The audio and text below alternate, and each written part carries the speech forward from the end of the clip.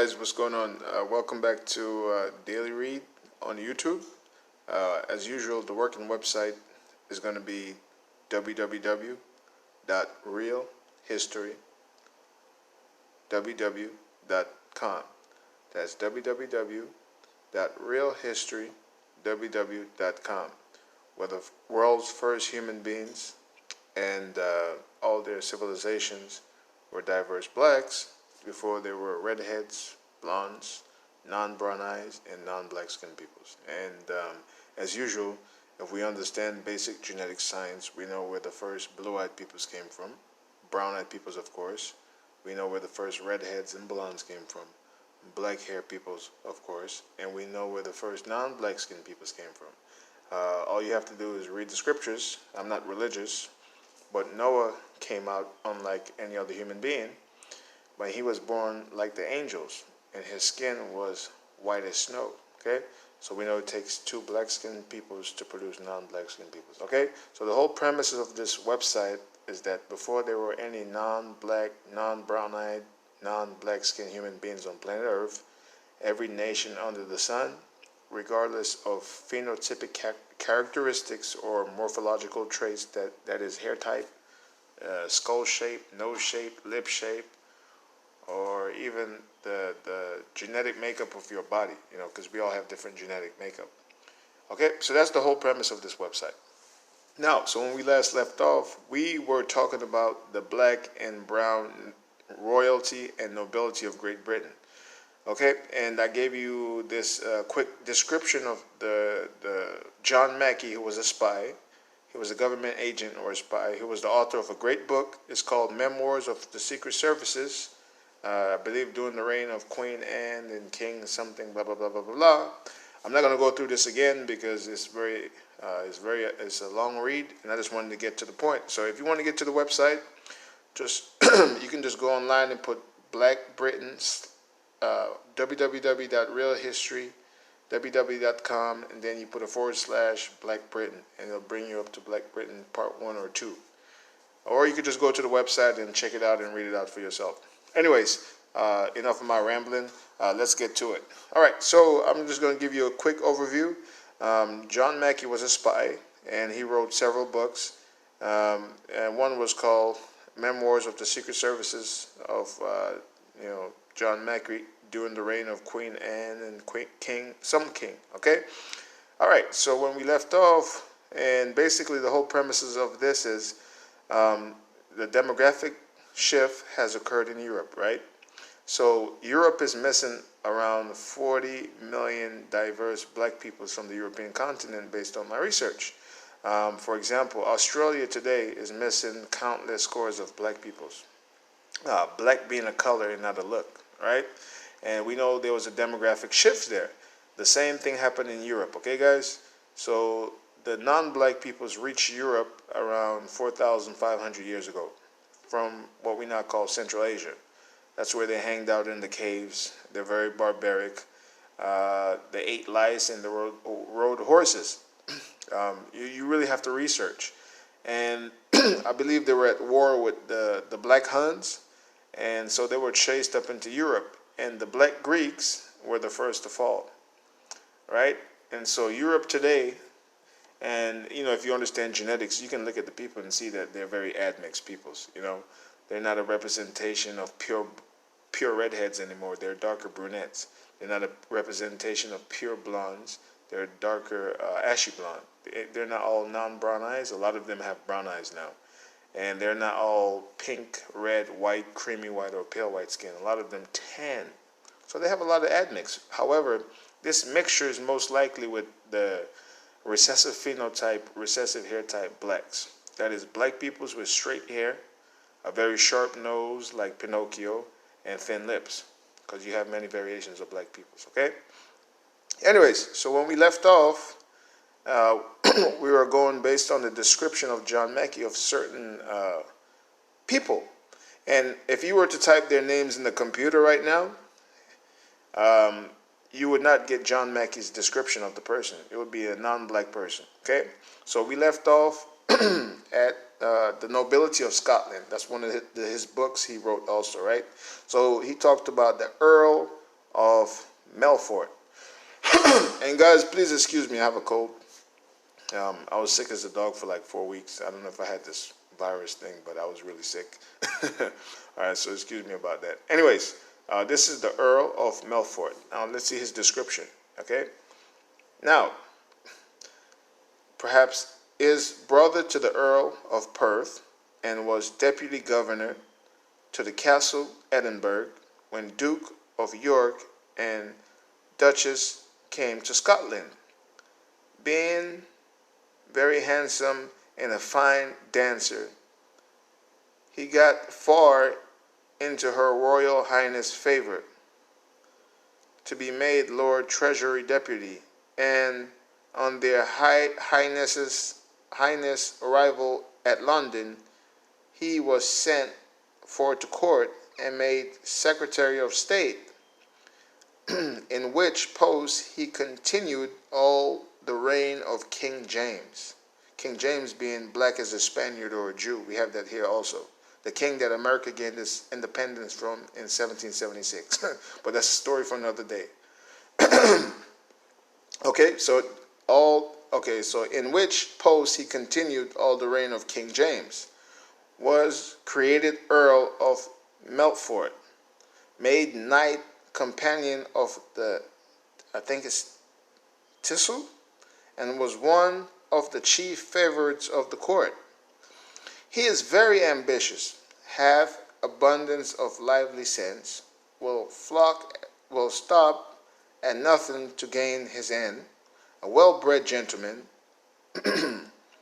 understand the bell's letters, is very proud, cannot bear a rival in, I believe is buffonets or business, perhaps, Old English. Nor is he much to be trusted himself, but where his ambitious can be fed. He is tall, black, stoops in the shoulder, thin and turned of 50 years old. Okay, guys, so to the right, you have what's called a fake white engraving of the Black John Drummond, first Earl of and titular Duke of Melfort, 1649 to 1714, Secretary of State for Scotland and a Jacobite. The Jacobites were black peoples, by the way. The National Portrait Gallery of Britain, London. Okay?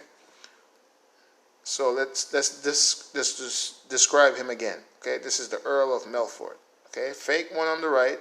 And let's see how John Mackey described him again. He is a tall, black, stoops in the shoulders, thin and turned of 50 years old. Okay? So that's not him. All right, let's move on. I don't care for all this stuff right here. Debunking white lies. Okay, let's move on from there. Okay, this is not really important what I'm doing. You guys can go to and read through these things if you want. I'm just more of trying to figure out who these people were, and that's my goal right now. All right, let's see. Anything in red? Fair game. Now, if you want to check out this book, guys, it's called The Characters of the Nobility of Scotland. Okay? John Mackey wrote that book anyways. All right, so let's go to page...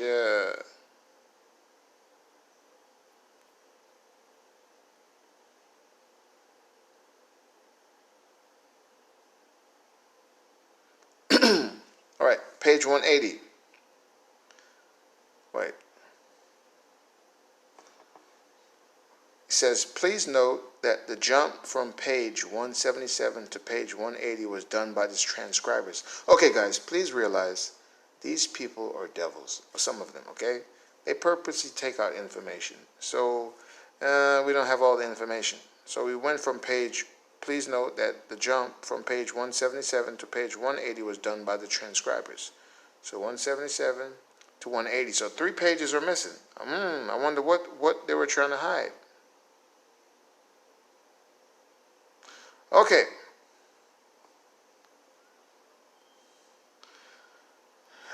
Man, this is no good. Okay, let's try to figure it out. 176, 177, so they took out 3 pages. These are some evil peoples. But anyways, not the people of this website, but the people who transcribe the actual information. All right, so characters of the nobility of Scotland. James, Duke of Hamilton, is grandson to the Duke who was beheaded at London for King Charles V, and son to the Duke who presided in the Convention of Estates which declared King William. This gentleman came very young to the court of King Charles II, was made one of his gentlemen of the bedchamber, and sent to the French court to congratulate the birth of the Duke of Anjou, and was at that court when his master King Charles died. King James gave him a regiment of horse. King James was also a black man, guys. The one who authored the Bible, I believe. English version. King James gave him a regiment of horse, which he quitted at the Revolution. He was made prisoner by King William and committed to the Tower of London, where he remained many months. Being released, he went into Scotland and gave a great deal of life to King James' affairs there. Had a commission to command in chief in that kingdom. If the descent of La Hogue had succeeded, but the disappointment of that having broke all their measures, he at last submitted to King William and took the oaths, but never was entrusted with any public post all that prince's reign, though otherwise he made a considerable figure in the nation. Okay, guys, this is old English, so it's very old. On the Queen's ascension to the throne, he made strong efforts to get into the administration, but had not yet continued. See, they took out 3 pages, these devils. Not the website people, but the one who transcribed it. So we went from page 177, we're missing 178, 179. So basically we're missing 2 pages. Okay, so on the Queen's ascension to the throne, he made strong efforts to get into the administration, but had not yet continued in both these employments, but not being able to carry on affairs in the parliament of that kingdom, and being accused of endeavoring to create a misunderstanding betwixt the Queen and her subjects by a sham plot which had almost set the Parliament of England together by the ears, he was discharged from his employments. He is a gentleman of a good estate, a fine natural disposition, but apt to be influenced by people about him, had a genteel address, much the manner of a man of quality, of easy access, thin, of a black complexion, turned of 45 years old. And this is the characters of the nobility of Scotland. This is Scotland. James, Duke of Hamilton. Okay. And again, please note that the jump from page 177 to page 180 was done by the transcribers.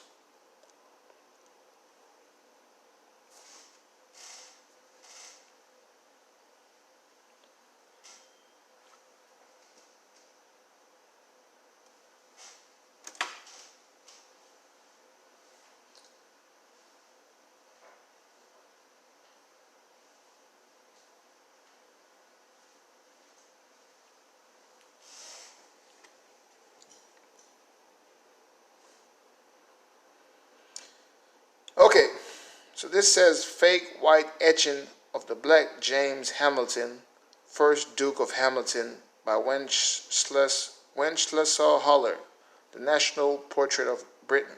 Well, he's not white, but he does have a recessive phenotype, recessive hair type, which many black people come with that.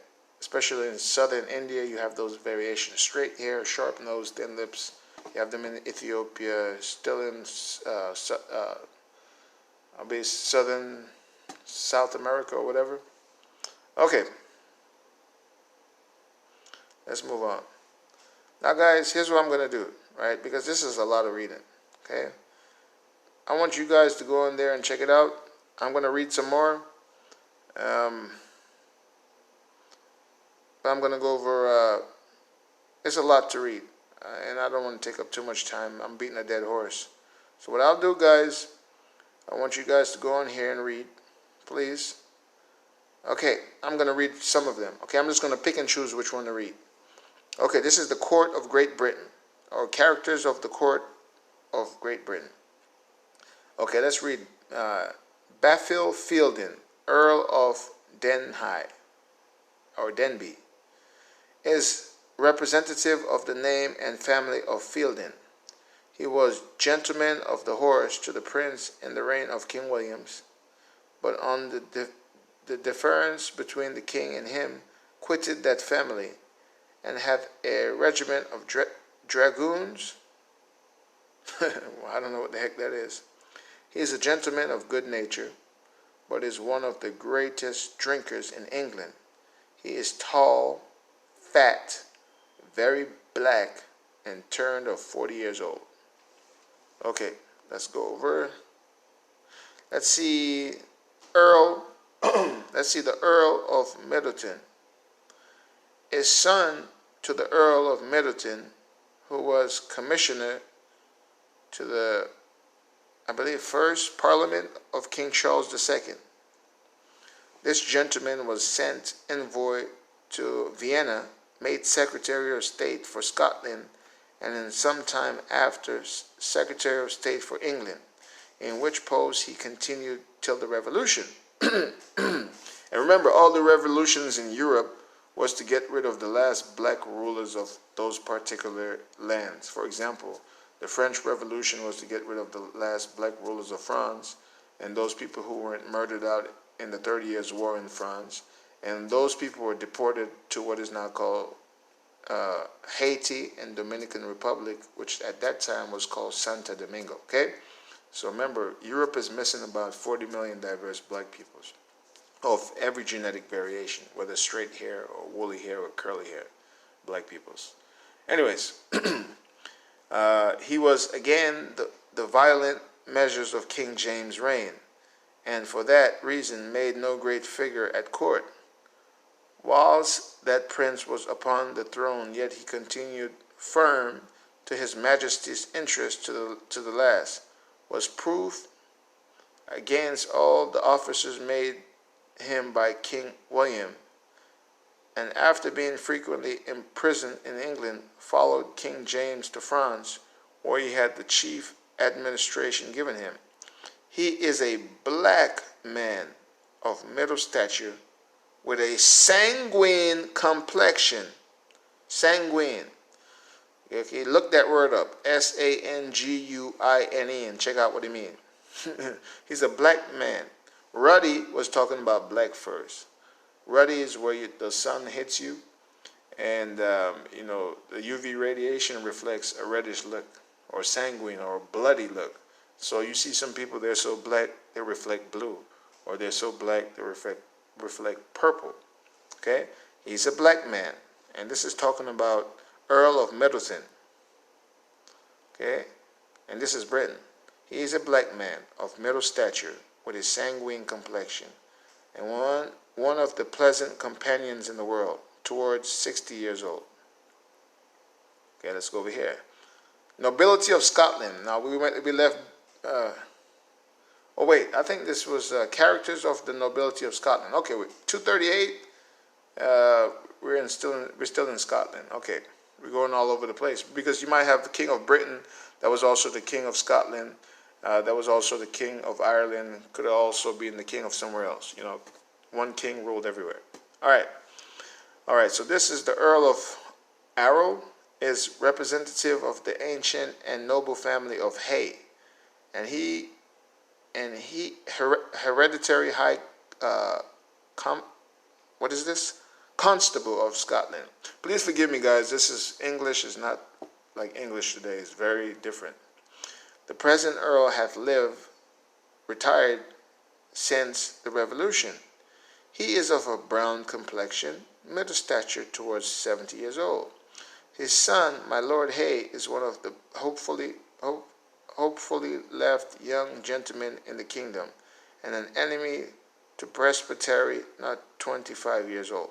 And remember, brown is black reduced, so I'm dark brown, you know, some admixture there, so I'm not jet black anymore.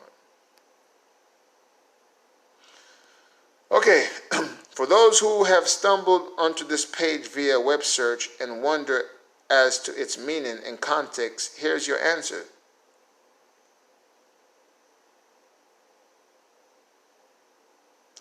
And should I read this? Okay, I think I'm going to read this.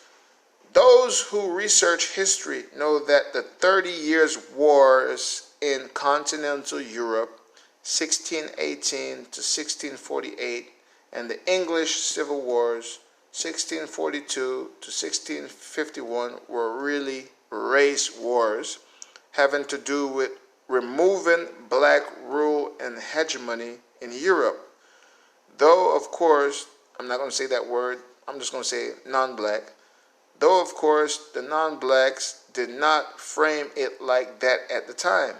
Blacks were naively on both sides. Yep. But regardless of what the non-blacks called it, the ultimate result was the fall of the Black Holy Roman Empire, 962 AD to 1806 in Europe, and the fall of the last purely black dynasty in Britain, the House of Stuarts, or the Jacobites. Those blacks that were not killed were expelled and scattered throughout the Americas, mostly as slaves, but sometimes as indentures, and mostly in the Caribbean and North America. Now, if you search this website in the Americas, you have the ship's record of all the blacks and browns who were shipped out of Europe as prisoners of war. We have extensive records of those, okay? Since that time, the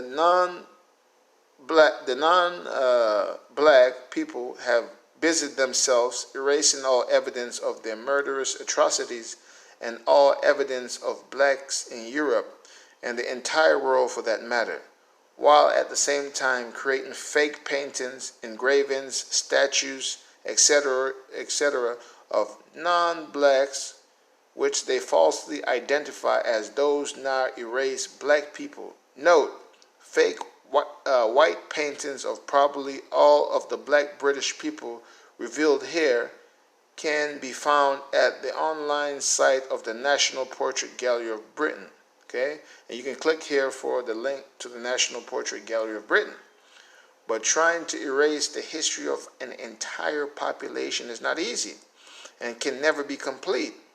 Every day, black researchers find new evidence of their atrocities and the non-black people's efforts to cover them up, such as the materials shown here. For those who find it hard to believe that the non-black people are actually capable of such horrors, just remember that they tried to repeat it with the Khazar Jews just about 70 years ago.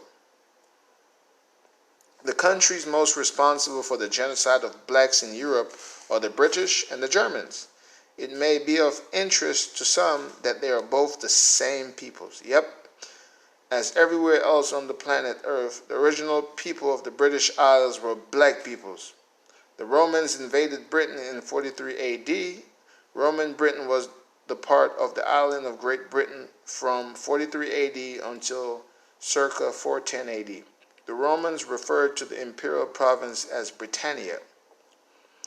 After the Romans left, Britain was invaded by Anglo-Saxons, a general term referring to the Germanic peoples who came to Britain during the 5th and 6th centuries, including Angles, Saxons, Frisi, and Jutes. Pay no special attention to tribal names as to ethnicity. Genetic evidence indicates that they were responsible for the first black genocide in Britain. Many of the original blacks of England vanish. Yep. As an indication of the very bogus nature of the non-black people's history, they have hundreds of versions of this singular event. The Anglo-Saxons established kingdom in the 5th century, which lasted until the Norman conquest of England in 1066 by William the Conqueror. The current British monarchy is of the German House of Saxe, Coburg, and Gotha. Yep, everybody knows that. They're not British. They came from Germany. The House of Saxe, Coburg, and Gotha is a German dynasty, the senior line of the Saxon House of Wettin that ruled the Ernestine duchies, including the Duchy of Saxe, Coburg, and Gotha. Founded by Ernst Anton, the 6th Duke of Sage, Coburg, Saalfeld, it is also the royal house of several European monarchies, and the branches currently reign in Belgium through the descent of Leopold I, and in the Commonwealth realms through the descendants of Prince Albert. Due to anti-German sentiments in the United Kingdom during World War I, George, I believe the V is the 5th, I'm not sure about these Roman letters, of the United Kingdom changed the name of his branch from Saxe-Coburg and Gotha to Windsor in 1917. The same happened in Belgium, where it was changed to Van Belgie, Dutch, or de Belgique, French. More of the same follows below, but from different sources. Okay, these are the biographies of blacks of note in ancient Britain. Okay, this Dictionary of National Biography by Stephen Leslie, 1832-1904, a standard work of reference with articles on more than 29,000 notable figures from British history. It was originally published in 63 volumes between 1885 and 1900. Okay, guys, so here's what I'm going to do. I'm going to pick up at biographies of blacks of note in ancient Britain, and we're going to go through glossary and figure out what a duke is, a marquess, a earl, a count, a chancellor, a baron, a lord, sir, swarty, for example, swarty of a dark complexion, cinnamon's black, brunette or brunette, swart or dark, sanguine, blood red, for that.